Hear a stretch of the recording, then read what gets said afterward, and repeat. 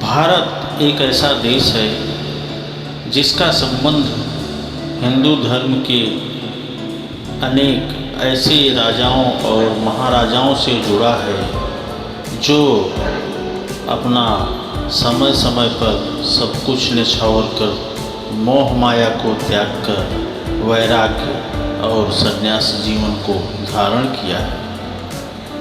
ऐसे ही एक राजा थे महाराजा भर्तृहरि। जी हाँ, बाबा महाकाल की नगरी उज्जैन से जुड़े इतिहास के बारे में दरअसल लोक मान्यताओं के आधार पर उज्जैन के राजा भर्तृहरि के संबंध में एक दिलचस्प कहानी प्रचलित है। कुछ लोगों द्वारा कहा जाता है कि इस कहानी के सही गलत होने की कुछ खास पुष्टि तो नहीं मिलती है, परंतु सही जनमानस में राजा भर्तृहरि से जुड़ी ये कथा काफ़ी प्रचलित है। कथाओं के अनुसार राजा विक्रमादित्य के भाई भर्तृहरि थे। विक्रमादित्य के पहले भर्तृहरि ही राजा थे।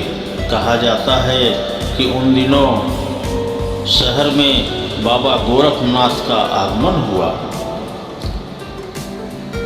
और वे राजा के दरबार में पहुंचे तो राजा भर्तृहरि ने उनके जोरदार आदर सत्कार किया, जिससे प्रसन्न होकर गुरु गोरखनाथ ने भर्तृहरि को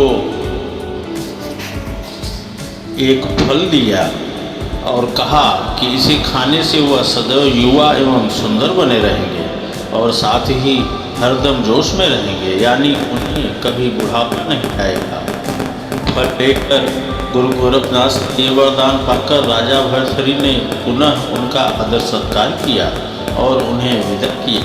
पर उनके जाने के बाद राजा ने सोचा कि उन्हें जवानी और सुंदरता की क्या आवश्यकता है, तो अचानक से उनके मन में ख्याल आया कि क्यों नहीं यह फल पिंगला को दे दिया जाए। बता दें कि पिंगला राजा की तीसरे नंबर की अति सुंदर पत्नी थी।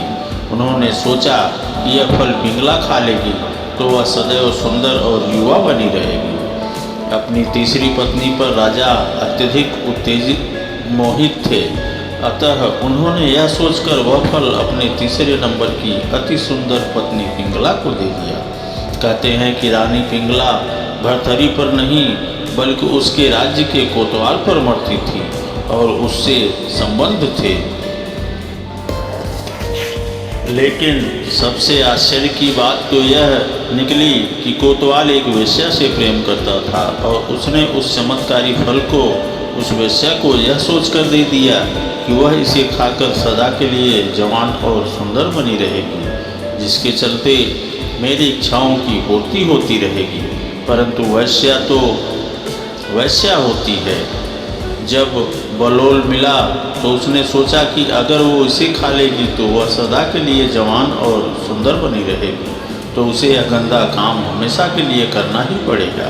इस नर्क से उसको भी मुक्ति नहीं मिलेगी। इसलिए वैश्या ने सोचा कि इस फल की सबसे ज़्यादा ज़रूरत तो हमारे दयालु राजा को है, क्योंकि अगर वो हमेशा के लिए जवान रहेंगे तो लंबे समय तक प्रजा को सुख सुविधाएँ मिल सकेगी। यही सोच विचार करके वैश्या को वो चमत्कारी फल दे दिया, जिसे पाकर राजा भर्तृहरि हैरान रह गए। इसी हैरानी भरे भाव से उन्होंने पूछा कि यह फल उसे कहाँ से प्राप्त हुआ। वैश्या ने बताया कि उसे यह फल उसके प्रेमी कोतवाल ने दिया है। भर्तृहरि ने तुरंत कोतवाल को बुलवाया और पूछा कि तुम्हें यह फल किसने दिया, तो उसने बहुत सख्ती करने के बाद बताया कि यह फल उसे रानी पिंगला ने दिया है। यह सब सुनकर राजा दंग रह गए, जैसे उनके पैरों तले जमीन खिसक गई हो। अब वे सारा माजरा समझ गए कि रानी पिंगला उन्हें धोखा दे रही है।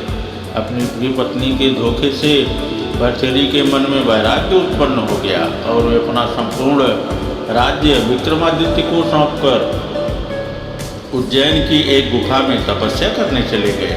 कहा जाता है भर्तृहरि ने 12 वर्षों तक इस गुफा में तपस्या की। कहते हैं कि असल में यह सारी गुरु गोरखनाथ की लीला थी। बता दें, राजा भर्तृहरि ने कई ग्रंथ लिखे जिसमें वैराग्य शतक, श्रृंगार शतक और नीति शतक काफ़ी चर्चित है।